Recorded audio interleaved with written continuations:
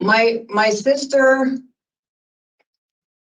had intimate times with my son, my son's friend Elmy. Yeah. Yes, so she had intimate times. Earlier on in that morning, she had shared with Mr. Martinez text messages and informed him that they had kissed here and there. At that time, my sister was a prostitute and she was smoking crack. And Elmy said that if she would leave the drugs alone and live a normal life, that they would possibly get together. Okay. So that night, we ended up bringing Elmy over there without knowing at the time of this information that was told to me. My sister that night had made Mr. Martinez jealous. And we're off to another pretty classic start for a Connecticut parole hearing. And what's also classic is that she is serving a 6-year sentence for killing a man. It seems that her underage son and a friend participated in the killing as well. And she received this sentence on March 16th of 2023. So it's been a year and 6 months since getting sentenced and now up for parole. This is a bizarre case, and I'll unpack it with the details that Richard found at the end. Buckle up and just remember, don't drink the water. And with that, let's go.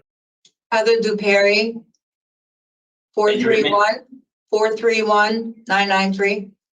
Thank you. This hearing is being conducted in consideration of the parole application for Heather Duperry, inmate number 431-993. She is serving a sentence of 20 years suspended after 6 years and 5 years probation for 1 count of manslaughter first. As of today, records reflect the parole eligibility date of September 26th, 2024. There is no victim input in the case.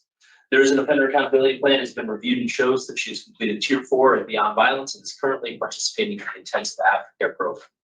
Utilizing the Women's Risk Needs Assessment, one of the offender's overall score for recidivity falls within the moderate range. Mr. Perry, this is your opportunity to tell the board why you believe you should be granted parole. You may begin. Good morning, everybody. I feel as though I just wanted to say first that I appreciate you guys taking the time out for giving me the opportunity for parole. I wanted to also say that I take full accountability and responsibility for being a part of an altercation and taking someone's life. Okay. Thank you, Mr. Perry. We do have questions for you. When we're done with our questions, we'll deliberate and you'll get your decision here today. Thank you. This is such a tragic and senseless offense. I mean, you were all at a party celebrating together, right? Yes. And it went terribly wrong. How did you end up with the longest sentence? You don't know? No, I don't know. Okay. It was never told to me. Huh. Okay. And I don't believe they determined that your actions solely were the cause of death, or am I mistaken? No. No. Okay. Yeah, I didn't think so. So, but you did admit that while the victim was injured and on the ground, that you stomped on him, right? Yes. That was the role that you played. Yes. Okay. And I mean, I know there was alcohol, drugs involved that night, but what was this fight even about? If I can tell you my story of what I remember. Yeah. My sister had intimate times with my son, my son's friend Elmy. Yes, so she had intimate times. Earlier on in that morning, she had shared with Mr. Martinez text messages and informed him that they had kissed here and there. At that time, my sister was a prostitute and she was smoking crack. And Elmy said that if she would leave the drugs alone and live a normal life, that they would possibly get together. So that night, we ended up bringing Elmy over there without knowing at the time of this information that was told to me. My sister that night had made Mr. Martinez jealous by putting her breast on Elmy, on his side of his shoulder. Mr. Martinez had seen it from the second floor porch where he was hanging out with his neighbor, and he ended up getting angry and he punched the post. So what had happened was when Elmy went to our vehicle that was parked on the side of the street, my sister had followed him to the car. Mr. Martinez saw both of them walk to the car, and obviously he had natural feelings of, being upset about it after what he was told earlier on in the morning. So he walked up to Elmy, and as though he was talking to him, and he punched him in the throat, then in the face. He fell forward and he stomped him in the ground. And I remember my sister running inside the house saying that he beat him up. And the police report does explain from there everything that happened, but it makes more sense so now that you're explaining it, what exactly went down. And what were you using that night? I ended up getting into crack 2 months prior to the incident, and I was drinking as well. Yeah. And I was smoking PCP. And PCP too. Wow. That is a rough combination. Yes. But you clearly remember everything that happened that night? Yes, I do. Wow. Yeah, I do. All right. So your co-defendants are a friend, an ex, and your son, right? Yes. Or is it an ex? Were you guys together at the time? No. Okay. But you all hung out and used together, drank together? Yes. Yeah. Okay. How's your son doing now? He works for a truck driving company. He has his own apartment, and he's trying to, move forward with his life the best way that he can. Okay, good. That's positive, right? Yes. All right. So I did read in your file that you had a history of fighting, right? Did you have an anger problem? You have Yes. anger management issues? You took Beyond Violence. Okay. Did you Yes. learn new tools for controlling your anger? Okay. Yes, I have. Can you share something you learned?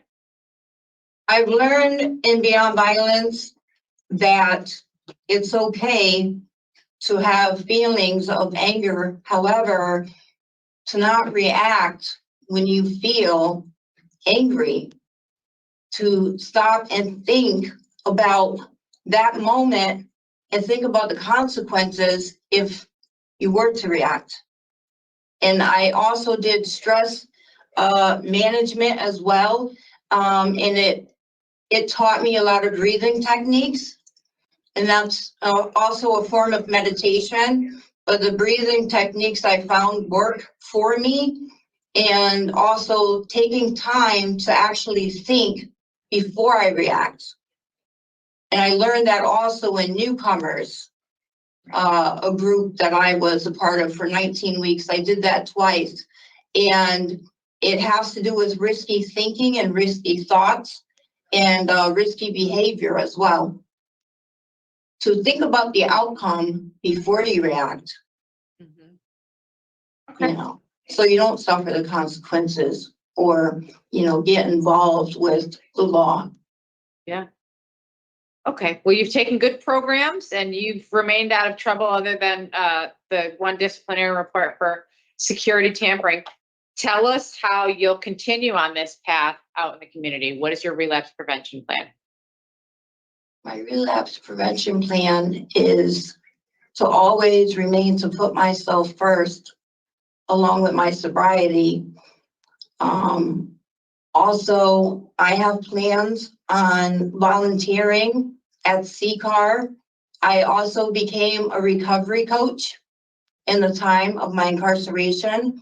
Right now, I'm studying the professionalism so I can become a recovery coach professionalist. I plan on giving back to the community as much as I can by helping an addict, know that they don't have to suffer from addiction. Nice. Okay. Well, it sounds like you really have learned from this incarceration, from the offense, from everything that you've been through. I'm Go sorry. ahead. Go ahead. I also have finally been able to admit, when it comes to taking care of my mental needs. So when I leave here, I plan on going to Wheeler Clinic as soon as possible, and also to find a therapist that I can speak to weekly, once a month, whatever it takes. And also I plan on doing 90-90. Yeah. Did read that. Okay. Thank you for speaking with me, Mr. Perry. Ms. Turner? Good morning. Good morning. So it was appropriate to hear you taking responsibility and appreciating the seriousness of your role in contributing to the death of another person. Yes. At sentencing, you did offer an apology, and that was good sign, good first step in the right direction. How did it feel to get forgiven by the victim's family?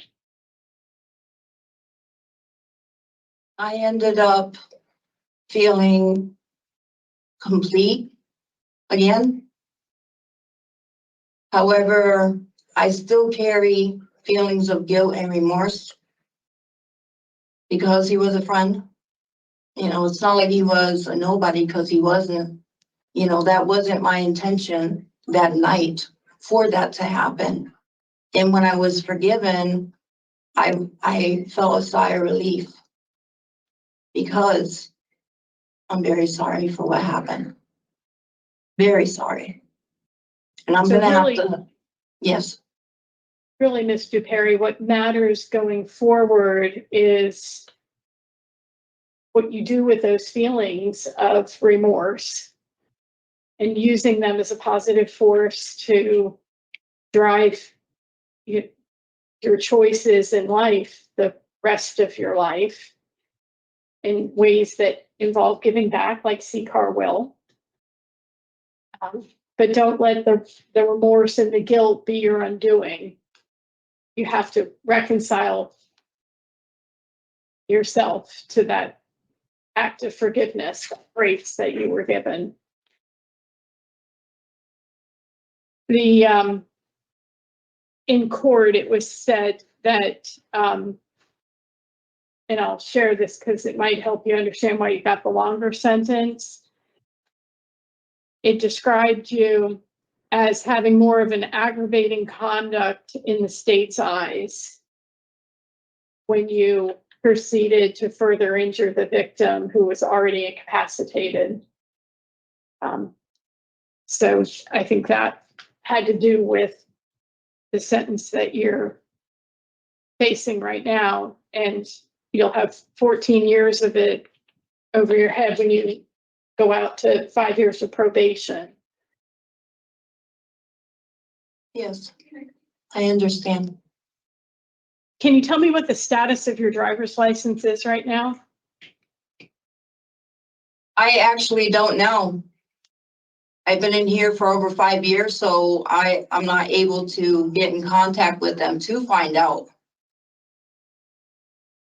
Well, make sure you understand what the status is before you make choices that can, end up with you violating.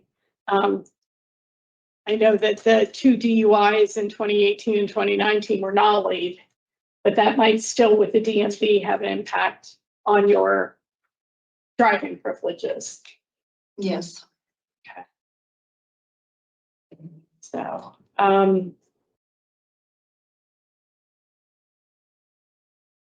you have done well during this period of incarceration with vocational training, with employment there in the facility, and then participating in programming. That's to be recognized. I hope you feel good about that. Yes, I do. And I liked listening to you talk about, having that emotional self-regulation to think through consequences before you act. We have to bring thought to bear on our actions. Otherwise, it's living a life of just reacting and then getting into really compromising situations. So I hope if you're granted today that you'll appreciate that your parole officer can help you be successful out in the community. But it's somebody that you have to be willing to, talk to and let them know how you're doing and if you're worried or stressed, so that they can direct you to programs and services and help you so that you don't make poor choices that then have consequences. Yes.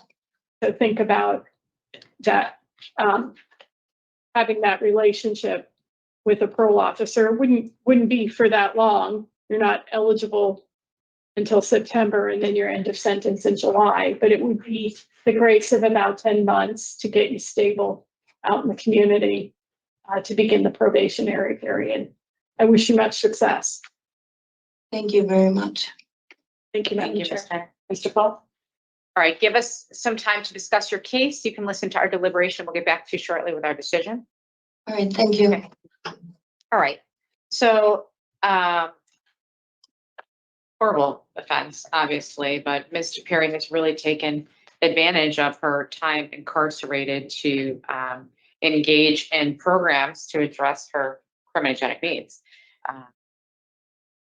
She's stayed out of trouble. She is working through some long-term issues that she's had, and she has a positive and extensive release plan. I think she would benefit from further support from parole as she transitions into her period of probation, and I would support a grant of parole today. Ms. Turner?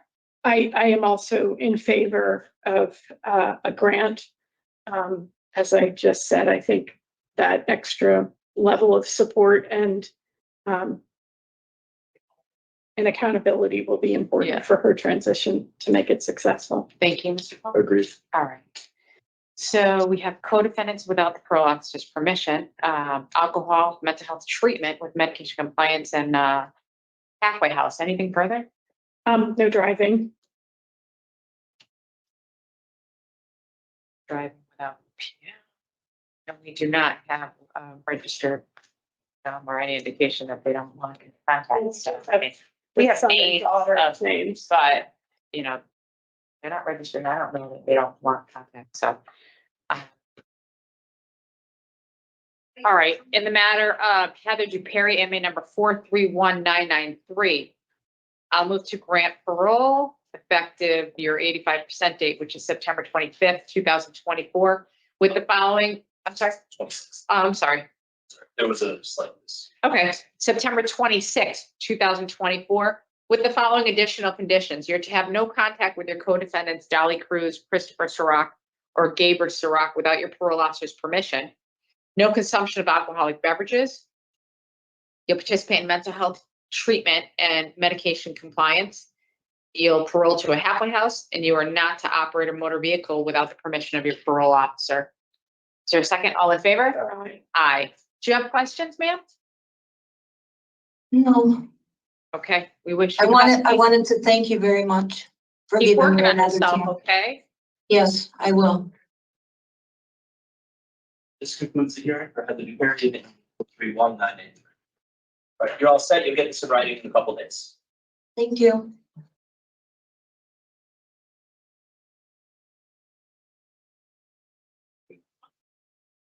Well, it looks like I jumped the gun there, I guess. So her sentencing date was on 3/16/2023, but she was sitting in jail since this arrest. So she's, her full term date or maximum release, it was 8/20/2025. So she got released a year early.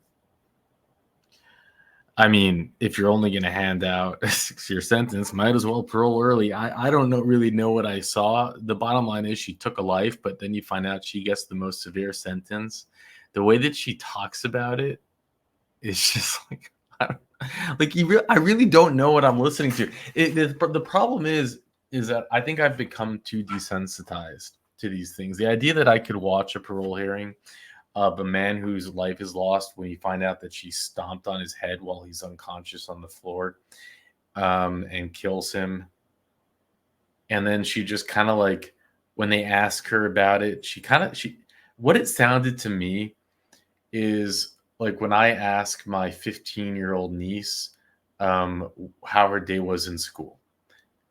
It starts off like, well, my son, his friend, so he's dating my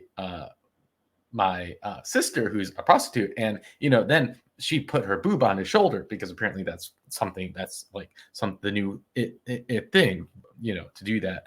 And then the guy across the street being a pool, and then we went there, and then and it's like it's just, oh yeah, it was just another day of drama in junior high.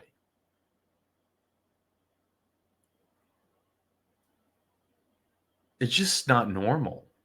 There's just something really weird about it. No tears, no emotion. She killed a man. Can you imagine? And she claims to have the memory to and to involve your son, her 16-year-old son, who was tried as an adult, by the way, at least according to the records, Richard Sheard, but he got the least sentence. The judge took it easy on him, which, he seems to be doing well, thankfully. None of it makes sense. So what have you done? What have you done? What have you learned in class so that you won't get in this situation again? I've learned breathing techniques. I learned to think before I act. And it's like, I'm sorry, but your breathing techniques and thinking before you act, it's not going to help when you're on a cocktail of PCP, Pepsi, and everything else you're on. Hello? I mean, she said the right things by doing 30-30, but I just, it's like I actually left the hearing thinking, oh yeah, that was a good hearing. She did well, but it's like, again, it's desensitized. I take a step back and I'm like, wait a minute. No, she killed a man. But I mean, their whole situation, what a dirty mess. You're with your sister, a prostitute, your son, your sister's dating your son's underage friend. I mean, what is going on here? And then you kill a man, and you're doing drugs in front of your. I mean, so many reasons she should be locked up just for the story that we heard. Take away the fact that she killed a man by beating him. I'm sorry to even use these words. I know it's going to get demonetized. And like, just hard stop her story. You should be in prison for facilitating underage. Like, what is going on? Oh my God, I'm losing my mind. Oh, tell me that it's not just so. Let's see what Richard said. There are news articles about this, but let me just read to you. It's like, I wish I could really explain it in more detail.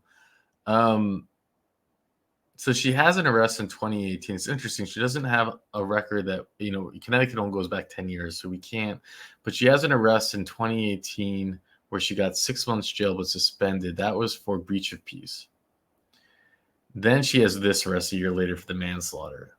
Sentenced 20 years, but only 6 years. Probation 5. Richard found something where there's a court docket with her and the same co-defendant from 5 years prior, 2015, March 20th, 2015, but they dismissed it. Richard said, man, I wish I could see what this was. So something had happened that prior. And then here's the article. A Bristol woman has been sentenced to 6 years in prison for her role in the assault in the city in 2019 that left a man brain dead. She's 41 when she did this. You know, you're not a baby. Like, what are you doing? The court judge ordered her to serve, blah, blah, blah. During their previous hearing, she took a plea deal for one count of first-degree manslaughter. This came after she initially made her intention formally known that she would pursue a trial before she walked back her decision. The sentence handed down Thursday exposed her to additional 14 years in prison if she were to violate the conditions of her probation. But believe you me, we all know that that's just fake, because we see Connecticut parolees violate all the time. They come back, they get parole 6 months later. So that's just a joke. It's a gimmick. We realize that. She was being held on $750,000 bond, pled not guilty to charges of first-degree manslaughter and accessory to first-degree manslaughter.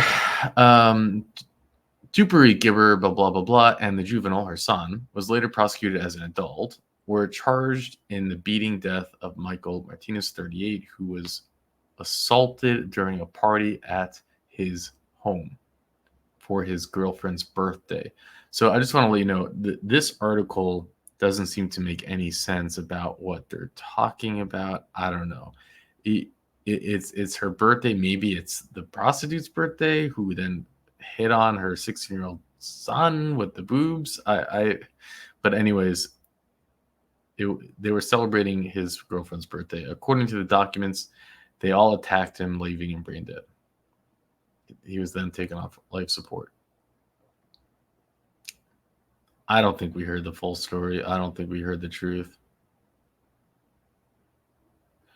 According to the Warrens, witnesses said that she struck him in the head with a wooden chair in the driveway of his home. However, she disputed this claim and told the police that he struck the 38-year-old in the back with the chair after Martinez tried striking him with a piece of furniture.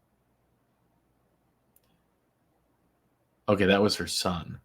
She admitted to who hit the chair. She admitted to kicking him when he was on the floor, when he was defenseless.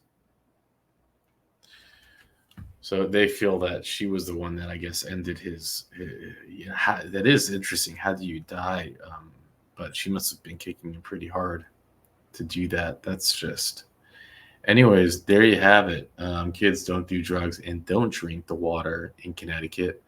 For the record, this is your second gun conviction.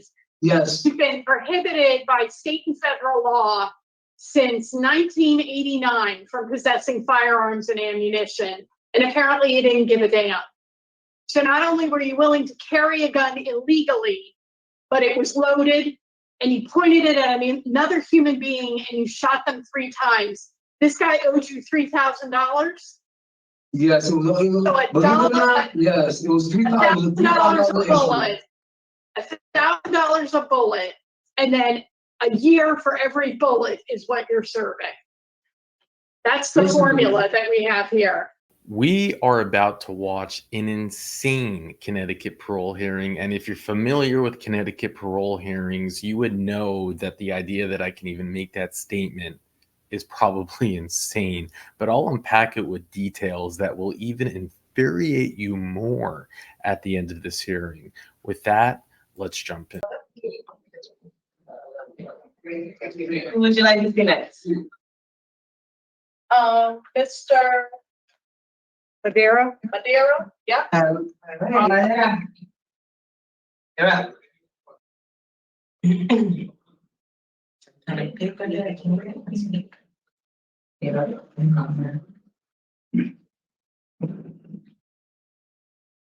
Morning, my name is Parole Officer Smelly. Today is June 14, 2024. This is a hearing of the Connecticut Pardons and Parole. The following board members are present this morning. If I state their names on the record, certify they have reviewed all statutorily required documents and relevant pertinent information in preparation of this hearing. Good morning, Mike Poole. Nancy Turner, panel member Page, good morning. Good morning, I'm Pedro Madera, Please state your inmate number. 146767. Mr. Madera is serving a sentence of 10 years, execution suspended with 3 years jail, 4 years probation for assault first, criminal Right. possession of a firearm, and strangulation/suffocating second degree. As of today, records reflect a parole eligibility date of 4/8/2024 at 85%. There's no victim input in this case. There's no accountability plan for the offender. He has completed 6 treatment programs so far in domestic violence. Utilizing the statewide collaborative risk evaluation system, the offender overall score for the RST for the SRT falls within the very high range. For recidivism, utilizing the static 99R, the offender overall score for sexual offense for recidivism falls within the low to moderate range for the offender. Mr. Madera, this is your opportunity to express to the board why you believe you should be granted parole. You may begin. Okay. Can I change this a little bit if it's possible? All right, and about me being granted parole, I look at it in a bigger picture about me being granted just going home, period. You know what I mean? I understand this is parole, but I look at it bigger than just parole because regardless, I EOS September 19th of this year. So this is big for me because eventually I am going home, and I need to like focus on me and get myself together. I'm 54 years old now. Mhm. You know, I'm embarrassed to even be here. You know, I mean, like I said, I'm 54, and this time that I've been incarcerated, I came in, you know, September of 2021, you know, and like I said, I'm embarrassed because my inmate number, I received my inmate number back in 1986. I was 16 years old when I received my inmate number. And, you know, as I look back now, you know, I was a problem. I mean, I've been through so much in my life, you know, and now realizing, and it's sad because it took me this sentence right here to open up my eyes. I mean, you know, all those times that I've been incarcerated, I did a lot of years behind these walls, you know, and I didn't realize the things that I really took for granted until my mother passed away. My mother passed away July of 2022. And then I couldn't go to bat, not because I was in trouble, but because of COVID. Okay. And then last year, my father passed away, you know, and that was another eye opener. And then on top of that, literally 3 months ago, my twin sister's daughter passed away from stage 4 cancer. And, you know, had I not gotten myself in the situation that I got into in the first place that brought me on this sentence, I would have been home to at least, you know, tell my mom that I loved her in her face and that I missed her and that, you know, I wish the best for her, you know, through her journey before she passed away. And I didn't get to do that. Nor was I able to do that with my father. You know, it's sad because I really didn't really get to know my father growing up. You know, I was taken away from my family, you know, through DCYS. Well, it's called DCF now, but it used to be called DCYS back in the 70s. And I was taken away from them, you know, when I was like 4 years old. And I've been through it. You know, I was sexually abused, physically abused, mentally, spiritually. I went through the ringer. You know, and like I said, this sentence right here has been the worst for me. And it's probably almost the smallest bit that I've ever done. You know, I can't do this anymore. I don't want to die in jail. I don't. You know, what I need to do is not even what I want to do, because all of us want to be home. It's not a want for me, it's a need. I need to go out there. I mean, it's fine. I max out in 95 days, but it's not about maxing out. I need to go out there, and I'm not even requesting parole. If I could be paroled to a halfway house where I can at least get some kind of work stability out of the way and just start living my life and getting myself back in order. I mean, this is throwing me out. You know, if I get thrown out here in 95 days, I'm literally gonna start from ground zero. Not even ground zero. I'm gonna literally be in a hole because I gotta dig myself out the hole, you know, from shelters or whatever like that to get myself in order before I can even find a way to get my own apartment and be able to work and everything and get myself together. I mean, yeah, I know even on this bid, I've been a problem. I've gotten tickets but to be honest with you, it's a whole lot different because even when I lost my parents, all the CEOs, everybody, when they found out that my mom passed away, they're like, oh, here go Madeira again. He's about to start turning it up, start fighting a whole bunch of people and this and that and getting into all this trouble. But I didn't. I held my composure. Yes, I caught a couple of tickets since I've been in here. I have. I'm not going to lie to you. I mean, you guys have it in black and white. I have. But it could have been a whole lot worse if I was the way I used to be. I mean, on this bid, I've only gotten into one actual physical altercation, one fight. If you go into my history, all I did my whole life was fight. Mm-hmm. This time around, I just need to go out there. I need help. I don't want to be just tossed out there into the wolves. I don't want to be thrown into a den of wolves. You know, if I could be put into a halfway house or something like that, to at least get me started with my life. You know, it's not a want, it's a need for me to be put to a halfway house. It's a need.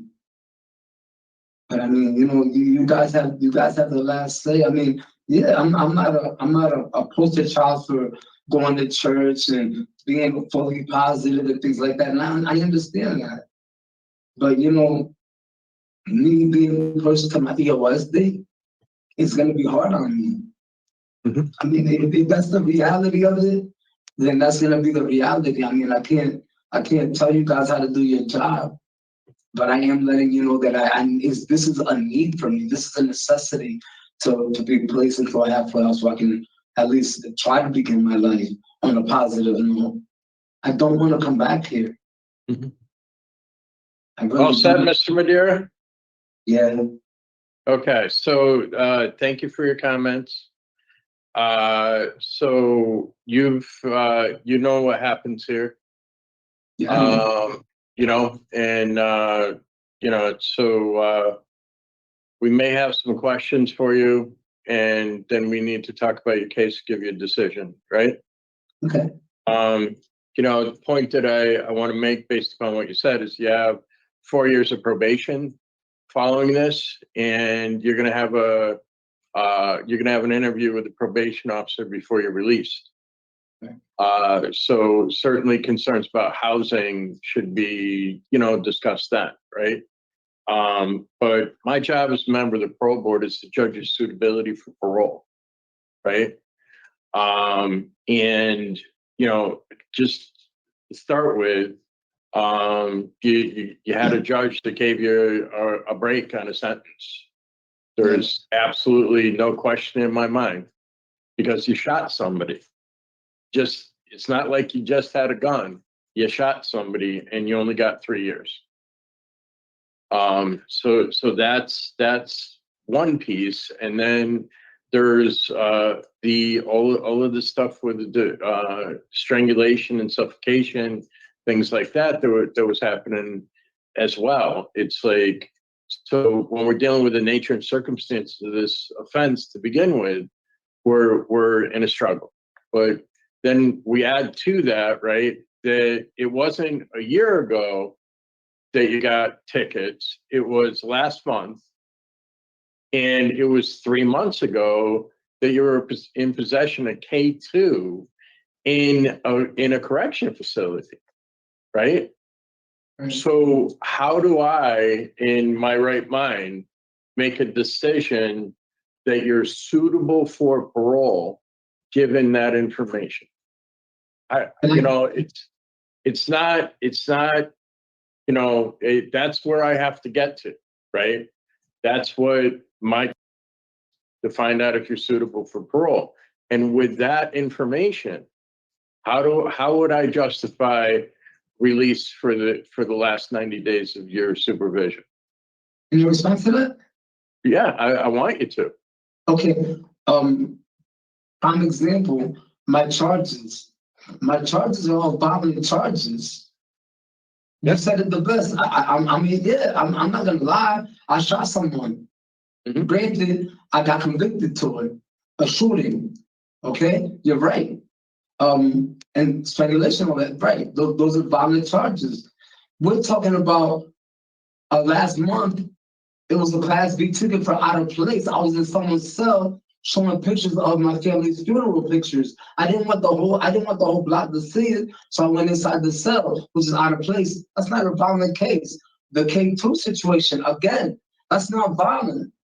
Those aren't violent situations. I understand where you're coming from because yeah, they're still showing that I'm still getting in trouble.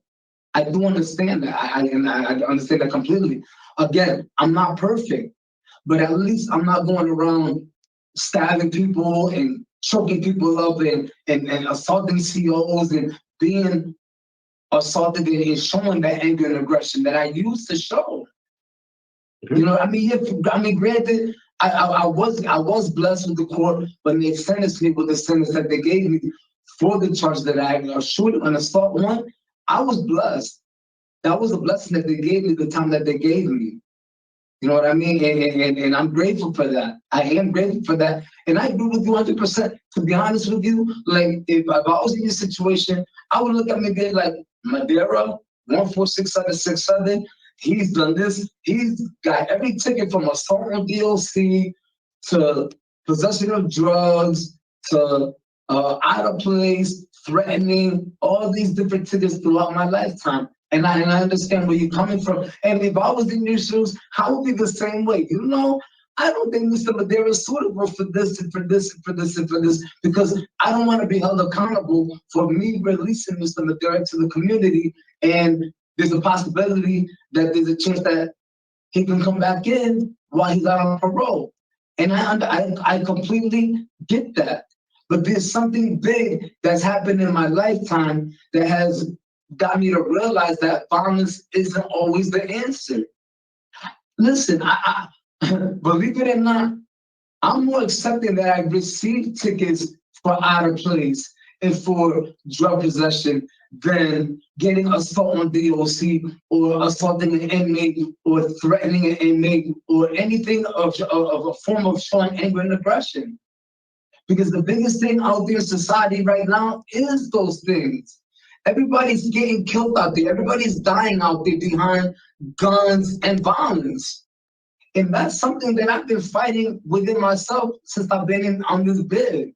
Losing my parents, I don't know what you guys have been through in your lifetime, but behind these walls, it's very hard when you lose someone that you care about big. You know what I mean? And especially having made the decisions that put you in there to begin with. Right, exactly. Yeah. Right. And yes, I agree with you. But the thing is all of this was unexpected.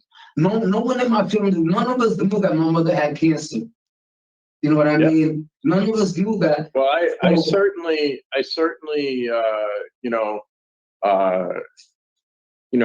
offer condolences for not being able to be there and for losing your mom.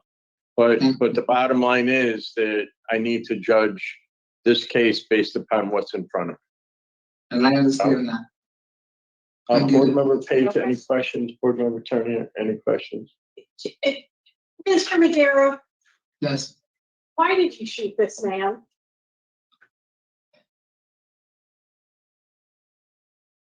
It was a personal situation. I'm already convicted for it. Yeah. So I'm gonna be honest with you. A lot of it was finances, and I gave him the benefit of the doubt. And honestly, I didn't even want to go there. I didn't want to shoot the man. What happened was, in the situation, if you look in the paperwork, he was reaching.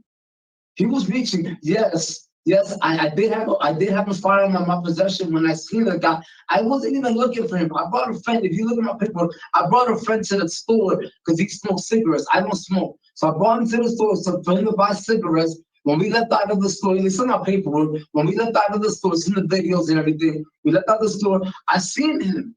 So I went up to him, I wasn't causing no threat or anything. I said, listen, let me talk to you alone and let's figure this out. Because he was around a whole bunch of women and stuff like that. And I didn't want to embarrass him. I didn't want to talk about finances in front of the people that he was with. So I said, let me talk to you alone. So when I went over there to approach him, he was like, nah, we can talk right now. He started getting aggressive. And then when he went to reach, I don't know if you guys are aware, but in the city of New Haven, when somebody reaches, 9 times out of 10, they're going to pull out and shoot.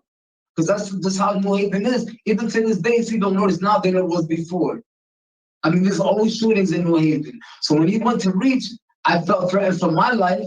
So I pulled out and I shot the first bullet.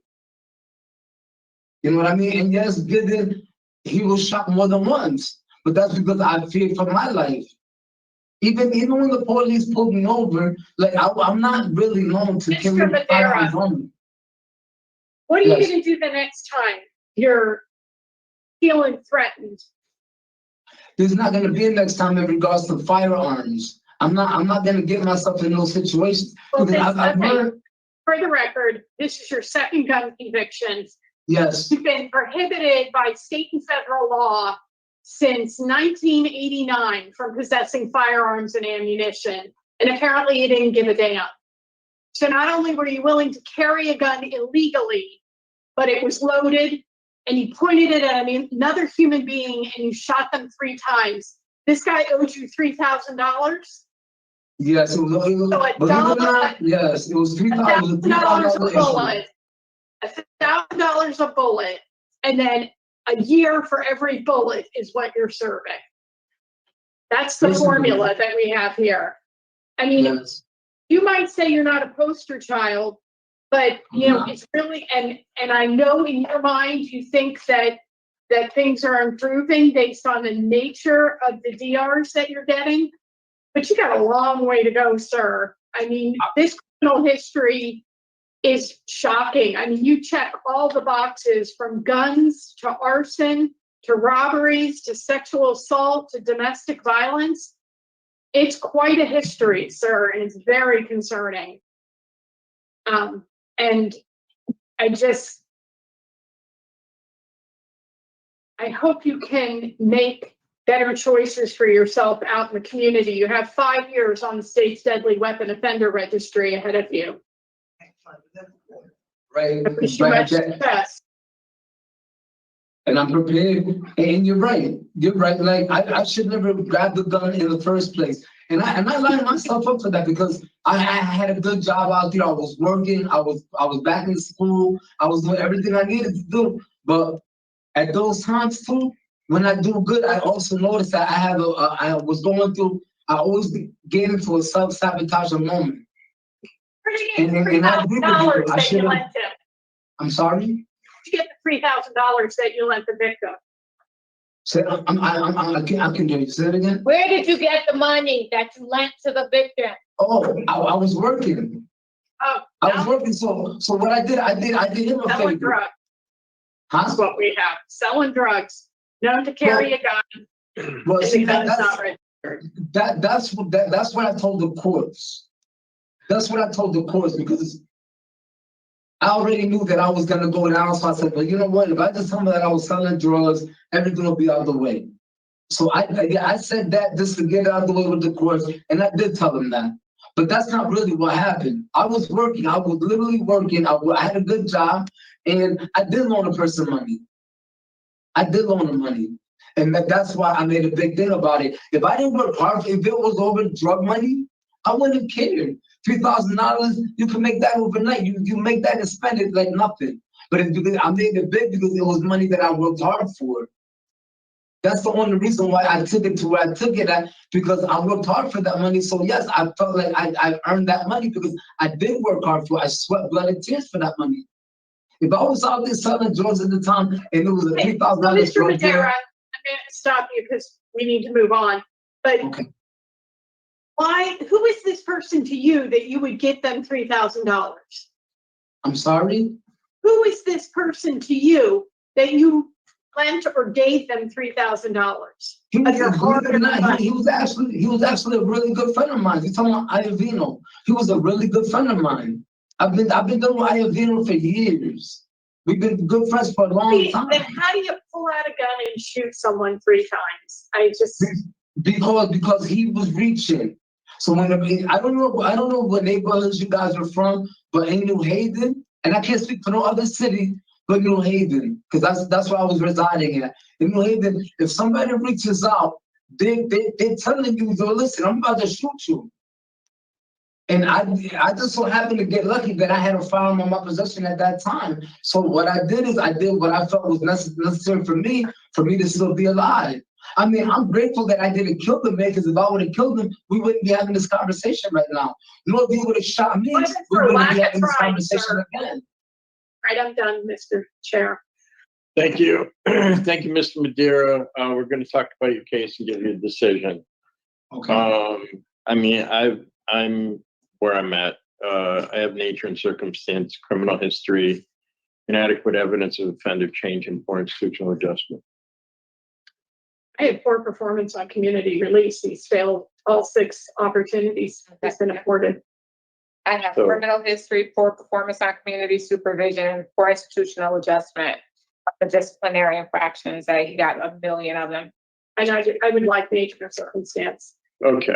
Regarding Pedro Madeira, 146767, move to deny parole for the following reasons: nature and circumstance of the current offense, criminal history, poor performance while on community release, inadequate evidence of offender change, and poor institutional adjustment. Is there a second? Second. Those in favor signify by saying aye. Aye. Those opposed, no. The ayes have it. Mr. Madeira, we weren't able to give you parole today. I know housing is a concern. Probation will be in touch with you before you're released from there. And, you need to let them know what your challenges are going to be when you're in the community. Okay. Well, thank you. I appreciate your time. I appreciate your honesty. Thank you very much. You guys have a great day. Thank you. Good luck, Lisa. This concludes the hearing for Pedro Madeira, 146767. Thank you. So was I exaggerating when I said insane? And it only gets more insane when I'm going to share with you the information that Richard provided.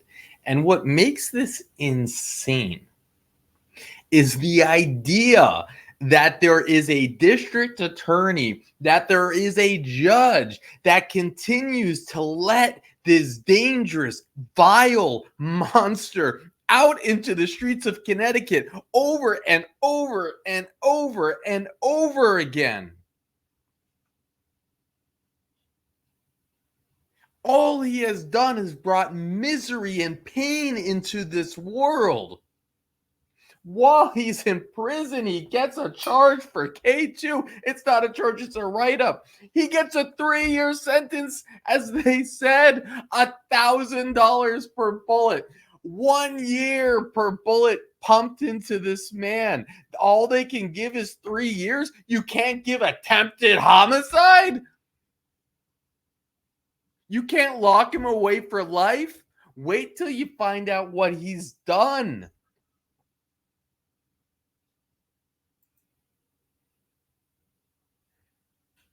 Because all they have done is let him out over and over and over again. One of his charges, which is one of his charges, but in 2003, he was convicted for having sex with a 15-year-old, a 14-year-old, and a 13-year-old. These aren't the same girl, one charge. These are 3 different victims. He impregnated the child. They found out through DNA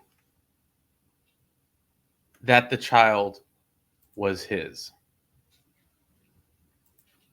Thank you, Richard, for the information. This is the copy of the newspaper. Right here, just this little column, because it's just a child, so right, we don't really care that much. Pre-trial conference for a 33-year-old New London man who allegedly impregnated a 15-year-old were continued Friday in New London Supreme Court. I love allegedly. They have a DNA test, but allegedly. Pedro Madeira has another case pending against him for allegedly sexually assaulting a 13-year-old. And for his alleged role in both cases, he has been charged with first-degree sexual assault, second-degree sexual assault, and 2 counts of risk of injury to a minor. Judge Patrick Clifford, the judge, said that DNA results to determine if Madeira is the father of the victim child were not available. He said those results were crucial in the case moving forward. Madeira and the 15-year-old had consensual sex on several occasions. How to even call it consensual? On March 2002, the warrant says when the victim told Madeira that she was pregnant, he denied he was the father. The baby was born January 1st. So I guess I was mistaken when I said they already had the DNA results, but they did eventually get those results. And he was convicted of it. And again, he only got a little slap on the wrist sentence. Probation for 10 years plus 10 years jail for all of those charges.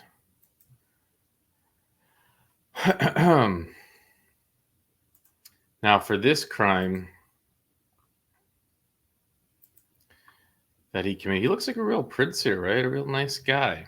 This is where all he did was rob a pharmacy. 42-year-old man arrested Tuesday on suspicion of robbing a pharmacy. He determined they matched individual eyewitnesses in the surveillance footage. He was charged with third-degree robbery. I don't know why, He's being held on $150,000 bail. The robbery was reported at 7:26 p.m. on Sunday when a man gave a clerk a note reading, "Empty your drawer, just bills, no noise." Witnesses said that he had one hand in his sweatshirt pocket as if concealing a weapon. No one was injured. The man left the scene after receiving the money. The amount of cash has not been disclosed, but the charges stipulate that it was less than $250. They said that the officer stopped him in the vicinity of the store after noting that his physical features and clothing matched the description of the suspect. While he was being interviewed, police discovered that he was wanted on several outstanding warrants in Connecticut.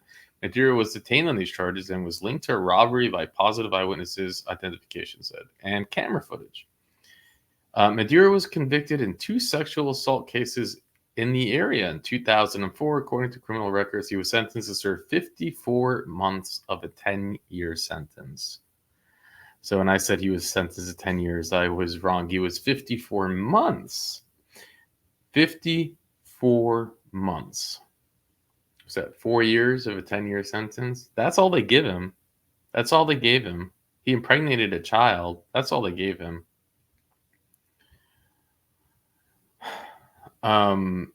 He was accused of impregnating a 15-year-old girl. Madeira was also convicted of third-degree assault and fourth-degree sexual assault of a minor in separate cases where he's accused of sexually assaulting a 13-year-old girl. So here's someone who's a serial predator of babies, and they gave him a 4-year sentence. You can't make it up. Then,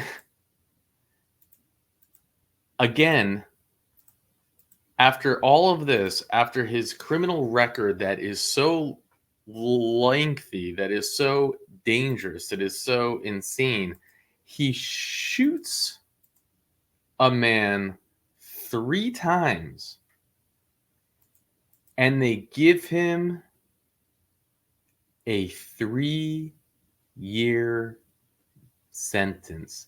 His full term date is September 19th, 2024.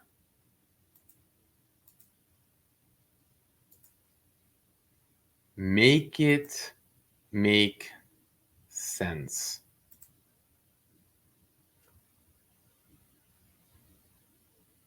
It doesn't make sense. You can get a 3-year sentence just for owning a gun illegally. But this man, who is his second violent gun charge, who has a criminal record that as he says is longer than I've been alive, when he first got his DOC number, and he gets 3 years for shooting a man 3 times?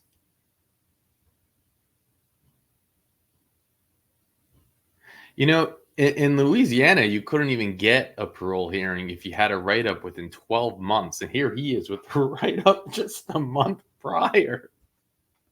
What the hell is that? This parole hearing just started off perfect. Oh, this is parole officer Smelly.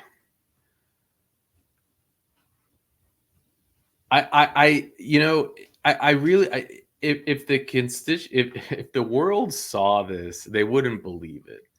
But there's just no way, he's going to get out soon. One day he's going to actually kill someone, and then they're going to maybe give him a 10-year sentence. Who knows?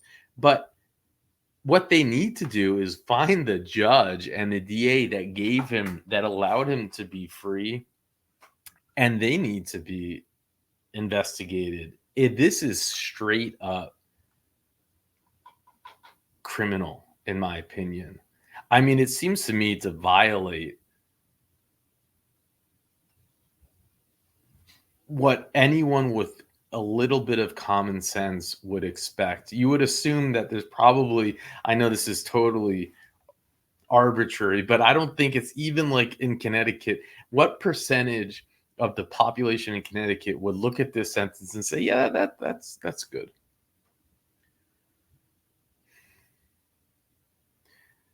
I don't even know where I start with this hearing. It was like, you have Mike Pohl, who even Mike Pohl wouldn't want to give him parole, which that's saying a lot because he's, he loves to just, but he lets him, the guy's just rambling and rambling and rambling. And you hear him just try to make up and manipulate the board. And you need to give me parole. I don't need parole. I'm getting it anyways in September, but you need to give me housing. I need the housing. Give me more. Give me. Oh, this isn't bad. I haven't assaulted a CO. I haven't had any violent crimes in here. I've only had K2. Come on. And they're letting him. I don't know why they can't give new actual charges. And sometimes you hear it where someone's caught they'll actually give them a new felony charge and give them more time, but they don't do that here in Connecticut because I guess why not just send them back into the streets? Who cares about people who are just trying to live their life?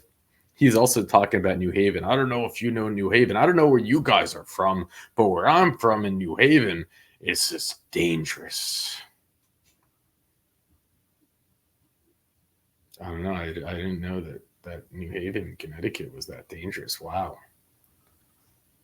It's making it seem like, I could think of far tougher cities come to mind. It's just a scary. And really, I think this picture of him is the man who the judges and DAs continue to release into society to be a menace, to be dangerous.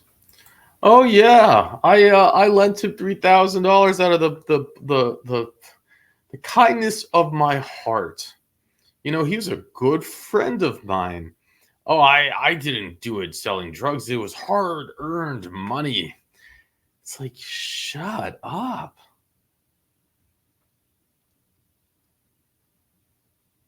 Can you imagine he sexually assaults 3 babies, 3 children, 13, 14, 15, and they give him 10 years probation, a 10-year sentence, but only to serve 4 years of that sentence in a local jail? They're too lazy to either get the DNA test or to prosecute it. They just...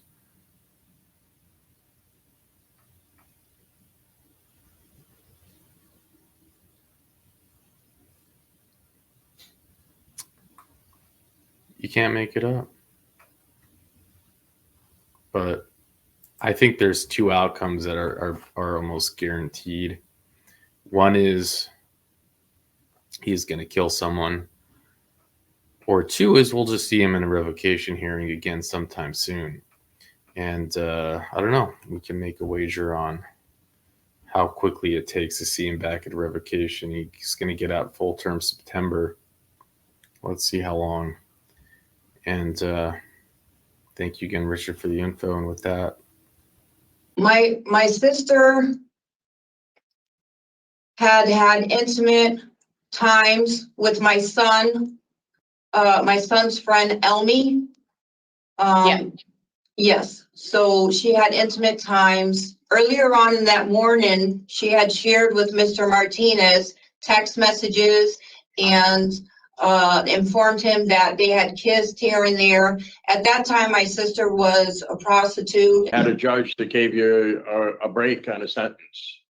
There's absolutely no question in my mind, because you shot somebody. It's not like you just had a gun. You shot somebody and you only got 3 years.